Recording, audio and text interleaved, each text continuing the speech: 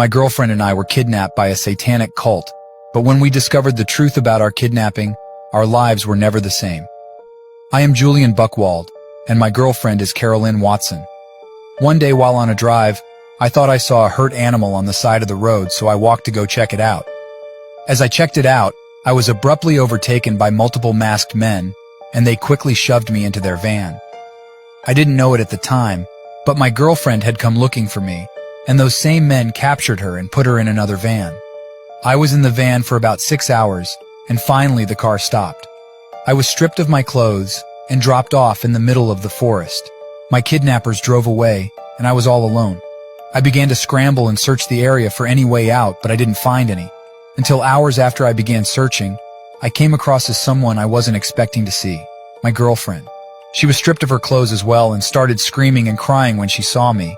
She told me how she had been kidnapped, and that's when I realized we were both kidnapped by the same group. The kidnappers left some food, so we ate that while we tried to find a way out.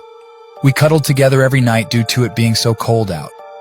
We needed each other's warmth to keep us safe. After days of being stranded, we were sure death was near as we were running out of food, had no way out, and were afraid our kidnappers could come back at any moment. That's when I turned to my girlfriend and asked her to marry me since these would be our last few days alive. Unfortunately, she didn't respond well to this and was brought back that I would even ask that in this situation. The next day we kept searching for a way out, and finally after days of searching we found a road. We flagged down a car and told them what happened. The police came and eventually we were transported back home. But this is where things take a turn you will never expect. The police had told us about how ransom letters were left at our parents' houses, and that they were from a satanic cult. However, police believed this to be untrue. Why, you may ask? Well, that's because the kidnapper was me. You see, when I went to look for the animal, I quickly threw on a mask and some black clothes. I had planted a van there earlier in the day so I could use it for getaway. As my girlfriend approached the van, I attacked her, tied her up, and drove 6 hours to the forest. Then I dropped her off in the woods, drove away, and then I took my clothes off and began running through the woods to her and acted like I too had been kidnapped. But why would I do this? Simple.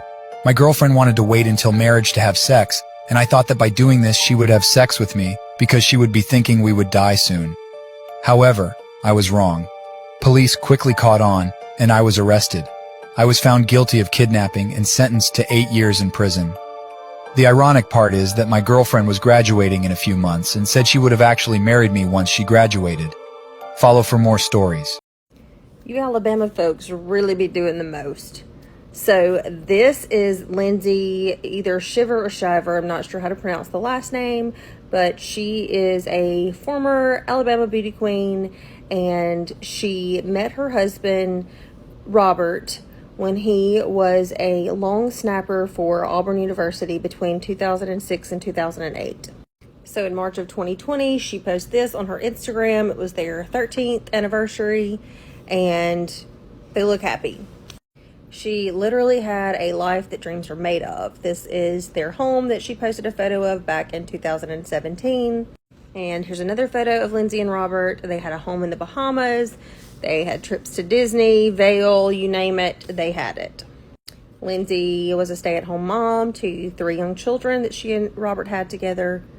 And it looks like not only did they have a home in the Bahamas, but they also took private jets to and from the Bahamas.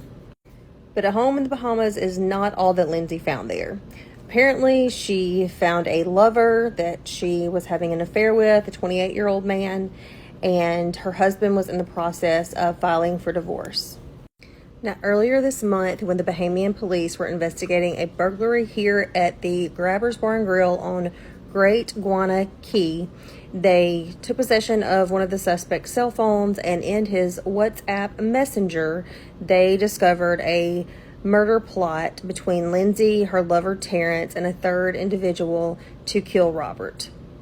They were flown to Nassau in the Bahamas, went before a judge. They are in jail. They did not have to enter a plea.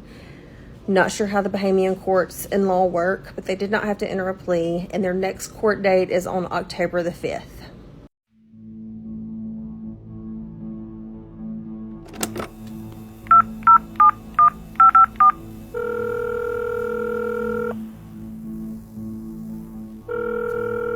Hi, Hi, this is Julie. Hi, Julie. It's Laura. Hi. Hi. How are you? I'm fine. I don't even know where to begin with this call. So you're Andrea Hall's sister. Yes, I'm her oldest sister. Wow. How can I help you? God, this is so crazy. So, I have a background in forensic psychology, bachelor's, and, I've been interviewing different serial killers for the last couple of years, but two of which are Bittaker and Norris. And, last summer I went to go see Bittaker, and, he drew me a map of where Andrea and Cindy are. And You're kidding. no, I'm not. He gave me their locations. They've been flying me back out to San Quentin, and we actually placed where they are on a map. They're going to make a decision the next 2 or 3 months if they're going to go actually do an excavation for them. But we've actually proven... They owe us that much. Yeah, they do. They do. Thank you. Oh my God, don't you make me cry so hard right now. I'm sorry. I feel like I know you, and I feel like I know Andrea digging into this case, and it's like, Oh my God. it just breaks my heart, like she's still out there. So this is just moments before this woman is executed, and you will never guess what her last words were. Guo Shuang was an aspiring 22-year-old nurse who worked...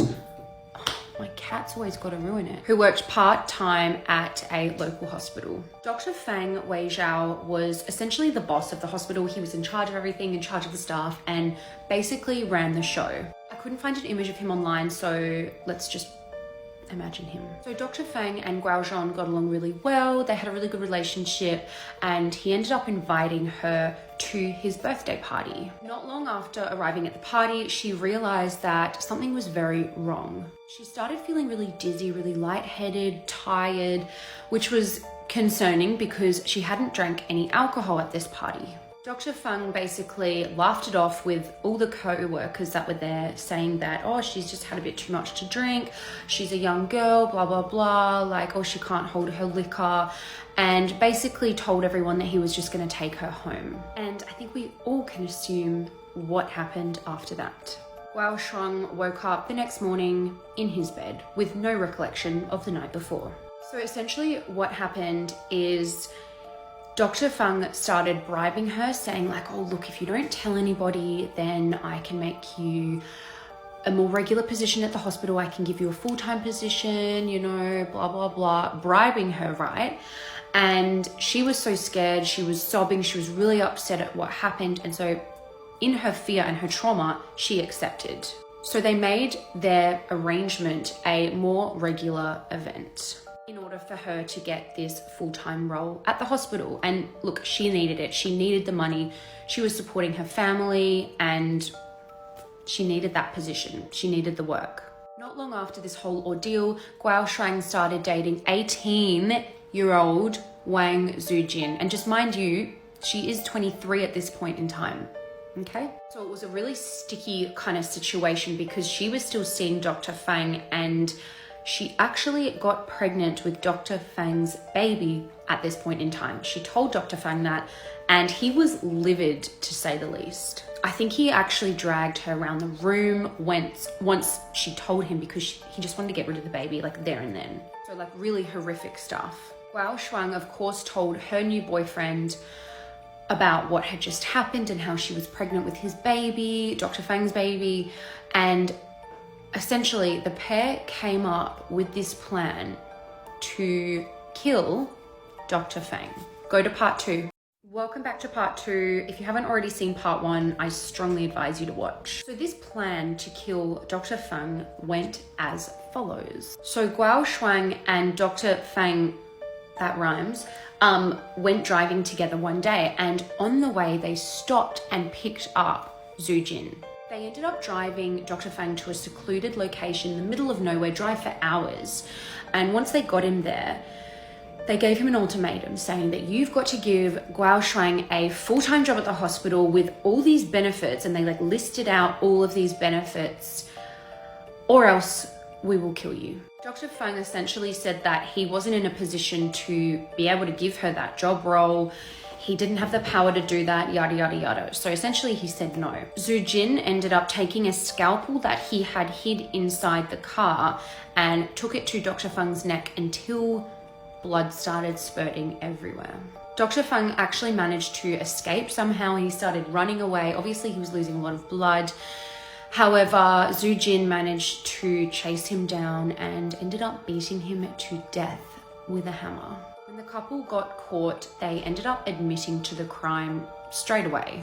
However, Guo Shuang actually tried to take a lot of the blame, a lot of the responsibility for the crime because she did want to protect her lover, Zhu Jin. She was still very much in love with him, and obviously he was a lot younger than her, so she just wanted to protect him. They originally both got execution sentences. However, Zhu Jin's sentence was actually dropped from execution to life in prison.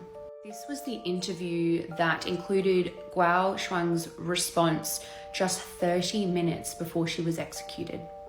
就像你昨天说的，希望他能留下来，你如愿让他留下来吗？真的。为什么会那么高兴？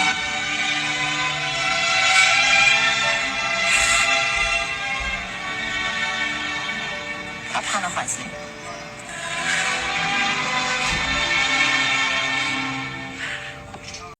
What's up, everybody? All right, you guys, so before we get started, as always, if you're not already following me, make sure you hit that follow button, and y'all, please make sure you blow this up because this story is absolutely crazy. So today we're going to be talking about John Castick. Now, John is a 27-year-old from Illinois, and after graduating high school, he went on to DePaul University. So after graduating high school, he moved to New York where he got his dream job as a senior analyst at Goldman Sachs. So John, he's a people person, he has a lot of friends, and he loves to go to concerts and games. On July 28th, which was a few days ago, John and some friends decided to go to a Zed's Dead show. Now, the Zed's Dead show was at the Mirage in Brooklyn, New York. And around 9:08 p.m., you can see John actually on one of his friend's ring cams as he was arriving before going to the show. Now, as you can see, he has on a floral navy top, and this was what he wore to that show. So after the show, friends are saying that this is around 2:30 or 3 a.m. when everyone decided to go ahead and go their own way. And John told his friends that he was going to get an Uber and go home. Now, listen up to this, you guys, because what's really crazy is after saying he was getting this Uber, John has not been seen since. So after friends could not get in contact with John, they then decided to use Track My iPhone to see where he was. Now, his last location was only a little bit away from their venue. After that, they're saying that John's phone died and no one has been able to get in contact with him. Nobody has heard from him or anything since. So as soon as they realized that something wasn't right, when they realized he didn't make it home, they contacted police. Now, at first, police was like, look, there's nothing we can really do. He's an adult. He does not have a history of mental health, so maybe he just left. But after the friends pleaded with police, they then put him in the missing persons database. John's friends started posting him on social media, hoping somebody at this concert saw something. And when the story hit Reddit, that's when people started to come out and say, look, it's been crazy things going on around this venue and around these shows. Some people say that there are fake taxis and Ubers out there pretending like they are real taxis and Ubers and they're picking people up. So although this is extremely creepy, it has not been confirmed by police. So police told friends that they are able to get in contact with Uber and they are able to get the information to see if he actually ever got in this Uber. But they needed some type of documents, and that's what they were waiting on in order to get that approval. But y'all, what's creepy about this is, what if John was thinking he was getting into a taxi or something like that, and it really wasn't, and maybe he met somebody that was not a good person? As his friends and family patiently wait for more answers about John, that's when more crazy things come out. Just a month prior, another man went missing from one of these shows. But what happened to that man was extremely tragic. So on June 11th, it's being said that a man by the name of Carl, who is an American psychologist, went to this venue for a show. So allegedly, Carl was turned around from this show because he was intoxicated. Now later, he was seen on surveillance going into a lumber warehouse. But after that, Carl vanished. So for about a week, missing persons posters were put up. Everybody was looking for Carl, and then they made a shocking discovery. Carl's body was found floating in a creek behind this lumber warehouse. So police have not suspected no foul play. They're investigating this situation, y'all. But I think it's just extremely creepy that this happened. And now you have another man who's missing, same age, from the same exact place. So a lot of people might think that John might have ran away, but he had only been on this job for exactly a year. This was his dream job. His friends and family are saying that no, this cannot be the case. Not only that, he was supposed to walk in a wedding that's supposed to occur this week. Now, y'all, as of right now, we don't have any other information on John, on his whereabouts, on anything like that. But I was wondering, was his phone dead when all of this took place? Because now they're saying that his phone was cut off not long after leaving this venue. And I'm not gonna lie, y'all, the fact that they're saying that people are out there pretending to be taxis, that is extremely creepy. Now, y'all, I haven't seen this on the news yet. I don't know why, but make sure y'all blow this up. Let's bring John back home to his family. And please, you guys, comment below and let me know your thoughts on this case. Do y'all think there could be somebody kidnapping people around this venue in the Brooklyn area? Comment below. The murder of famous YouTuber and singer Christina Grimmie is one of the saddest and most shocking cases I've covered. It's the story of how one disturbed and obsessed individual took away everything she worked so hard to get. Hi, I'm Meg. I talk about true crime. Let's get into this case. This case hits very different for me because I really liked Christina Grimmie. It was really hard to go back and watch all those videos, so let's get into it. Christina Grimmie was born in New Jersey in 1994. She absolutely loved to sing from a very young age. In 2009, when she was only 15, she posted her very first cover onto YouTube. Hi, I'm going to be singing I Don't Want to Be Torn by Hannah Montana. Under the username ZeldaxLove64. Little did she know that YouTube channel would absolutely change her life. Her first video that really went kind of viral was her cover of Party in the USA by Miley Cyrus. This was also in 2009, so her first year on YouTube. Christina was extremely talented, and the thing people really loved about her was how she added her own twist onto every cover that she did. She always managed to make her covers really unique. She slowly started getting more and more recognition, and in 2011 she started singing backup for Selena Gomez. She would even end up touring with Selena. June of 2011, she released an EP called Find Me, and it hit number 35 on the US Billboard 200. She was eventually on Ellen, her songs were being released on Radio Disney. Selena Gomez was her mentor. In 2012, she decided to move to LA to really focus on her career. At this point, her YouTube channel was growing super fast. She had grown to 2 million subscribers, 375 million views on her channel, and she was collaborating with a lot of other YouTubers and famous celebrities. The thing I really loved about Christina when I used to watch her was her energy. I always felt like you could tell she was a really kind person. I just want to inspire people and be successful and make people happy, you know? She really cared about everyone individually, which just makes everything in this case that much more heartbreaking. People loved Christina, and I think it was for the same reason that I did. She just seemed really genuine and caring. In 2014, she was on season 6 of The Voice. To this day, it's my favorite audition on any singing show ever.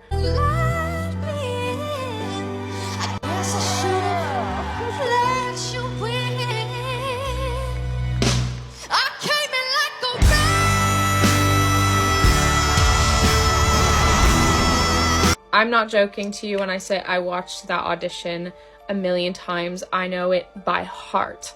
She performed Miley Cyrus's Wrecking Ball and blew everybody away, including me. All the judges obviously turned around for her.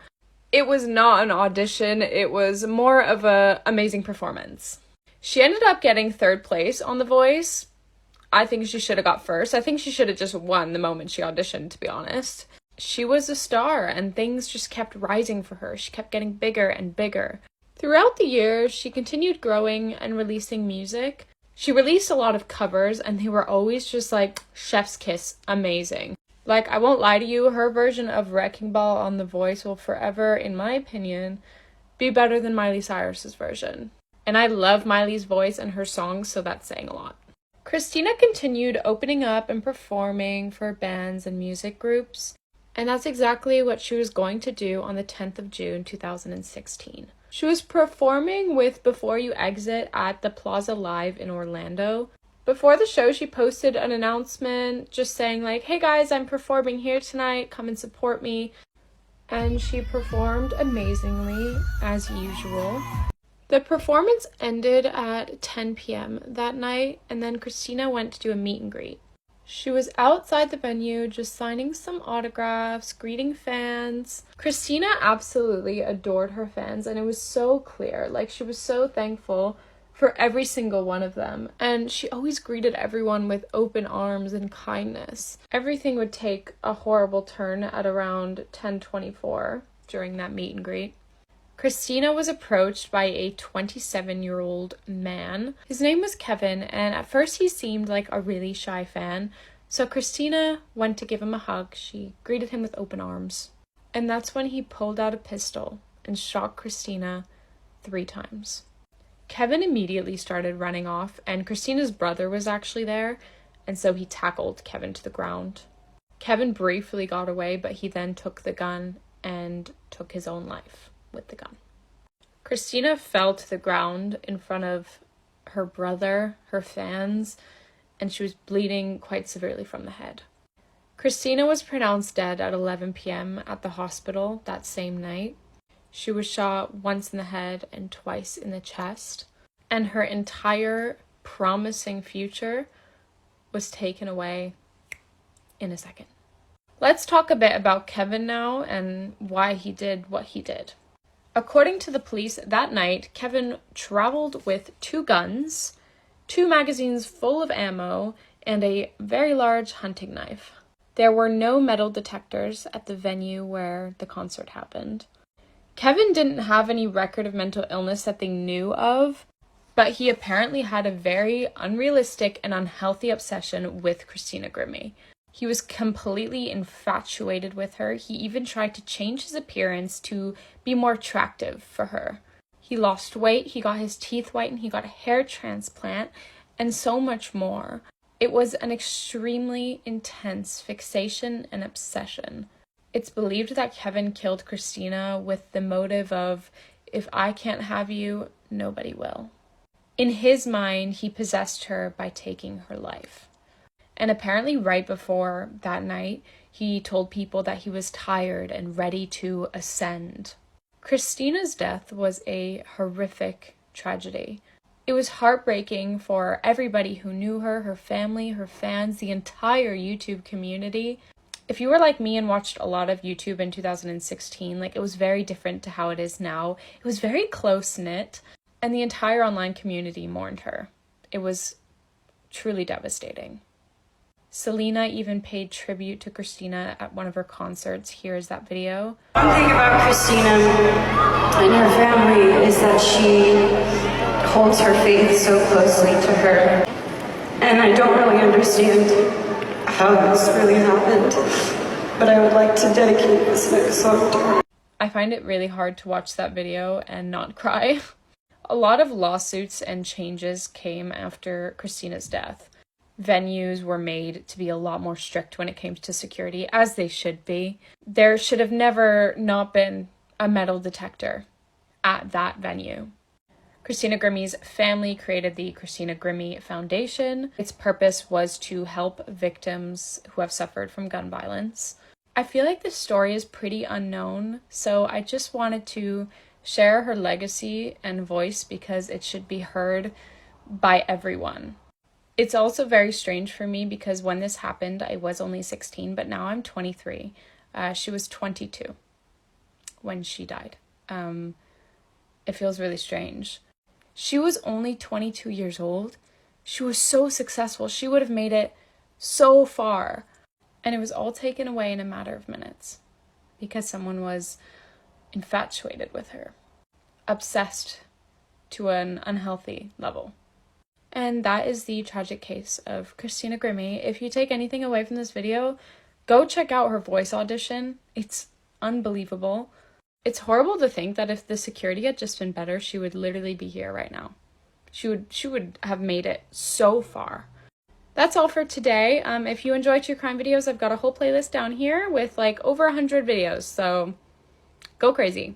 I'll see you on the next video. Thanks for watching. Bye. Camden Ryder, 21, a pregnant trans man, has been shot dead in Florida by his fiancée Riley John Groover, 26, on the 21st of July, in what police have called a horrific murder-suicide. Ryder, who was 8 months pregnant at the time of his death, had just posted on Facebook on the 19th of July to express his excitement at welcoming their baby boy, Oliver John Lee, into the world. Commenting on his relationship with Groover, he wrote, "Thank you for loving me, and thank you for this baby boy." According to family and friends, the two often argued, with some clashes turning physically violent. Groover, who had a history of aggravated assault and domestic violence, was convicted of battery in 2014 for shooting a BB gun at the window of someone he was harassing. Police had also been called for incidents where Groover was allegedly attacking family members with knives and other weapons in 2016 and 2018. Polk County Sheriff Grady Judd described the crime as a horrific double murder, as it ended the lives of Ryder and his unborn baby. According to the Human Rights Campaign, Ryder is the 15th trans person to die in violent circumstances this year. The organization recently declared an unprecedented national state of emergency for LGBTQ+ people in the US. If you feel this video has adversely affected you, please contact the National Suicide Prevention Line on 1-800-273-8255 in the US, Samaritans on 116-123, or at samaritans.org in the UK. And for those outside the US and UK, please visit the International Association for Suicide Prevention at iasp.info.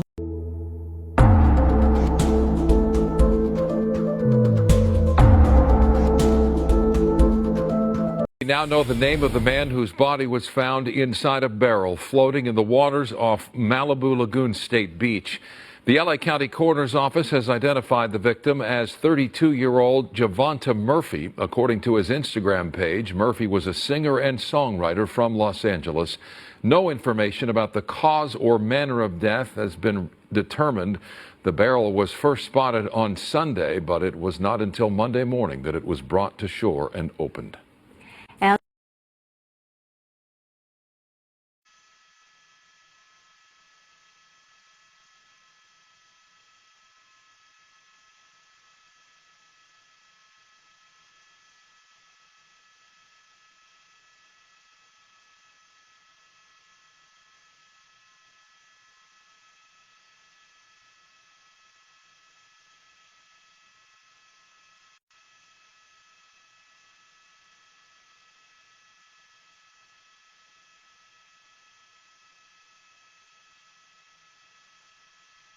The medical examiner has just released the name of a man found inside a barrel on Malibu Beach. They identify that man as 32-year-old Javonta Murphy.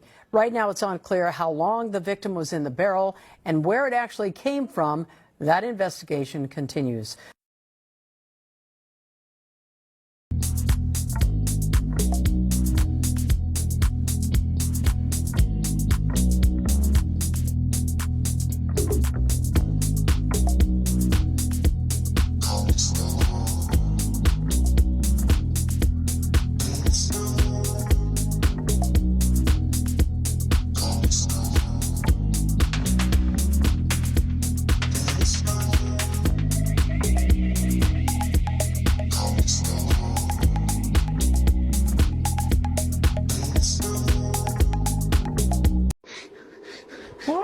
What's wrong with you? And what? And talk to my daughter. Parker? Please.